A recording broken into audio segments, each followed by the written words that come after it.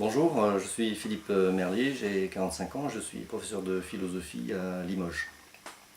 Donc j'ai publié 6 livres. Le dernier s'intitule Entre Visions, qui vient de paraître aux éditions Solilangue à Limoges. Le précédent, Philosophie et éthique en travail social, aux éditions aux presses de l'École des hautes études en santé publique en 2013. Et mon premier ouvrage édité chez l'Harmattan s'intitule L'Oublieux. C'est une fiction littéraire dans la collection Écriture. Alors il y a un passage des Confessions d'Augustin, livre 10, chapitre 16, qui porte sur le souvenir de l'oubli. Et tout le roman s'inspire de ce petit passage.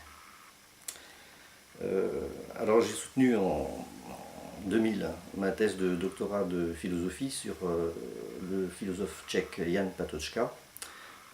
C'est, je crois, la première thèse en France sur cet auteur. Et donc c'est une partie de ce travail que j'ai remanié pour la publication chez l'Harmattan, donc de Patočka, Le soin de l'âme et l'Europe. Il me semble que l'esprit de l'Europe est situé en Grèce, ses deux poumons seraient en France et en Allemagne, et son cœur serait en Tchéquie.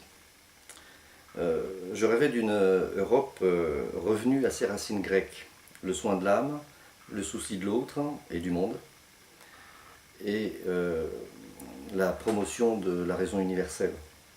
Mais notre Europe économique et monétaire actuelle a été construite au mépris de ces fondements grecs, fondements intellectuels, culturels, spirituels, éthiques et politiques. Que reste-t-il alors de commun dans notre communauté européenne? L'Europe, née du soin de l'âme platonicien, est devenue méconnaissable, et l'ère de la post-Europe que décrivait Jan Patočka est déjà bien avancée.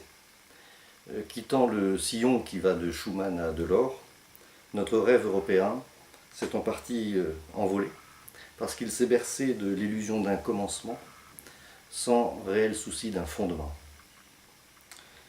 À quelles conditions pourrait émerger une nation européenne?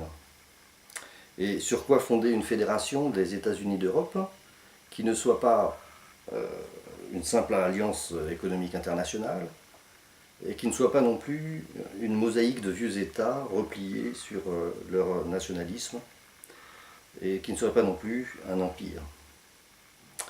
Voilà, c'est ce questionnement-là qui m'a conduit à étudier la philosophie phénoménologique de Patočka, le seul auteur, à mon avis, qui ait osé repenser l'âme à nouveau frais, la psyché comme condition de l'apparition de l'étang, qui a repensé l'âme contre le subjectivisme moderne, et en poursuivant plus loin les analyses de Husserl.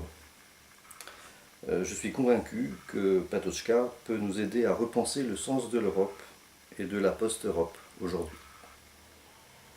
Depuis la parution de cet ouvrage, j'ai publié une vingtaine d'articles sur Patočka, et autour de Jan Patočka rassemble 9 de ses textes, qui sont tous en résonance avec l'œuvre du philosophe tchèque sur des objets divers.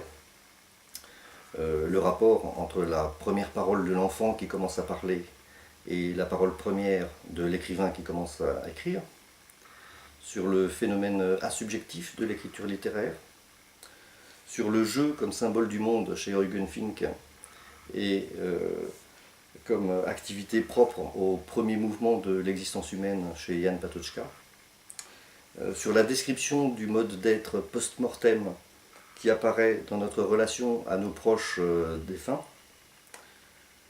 et sur la différence entre le sacrifice et le martyr, etc. Voilà, je poursuis actuellement mon travail en phénoménologie, et plus particulièrement en philosophie du langage. Voilà, j'espère vous transfuser à travers ces deux ouvrages mon amour pour la Tchéquie en général, et ma passion pour la pensée de ce philosophe tchèque en particulier.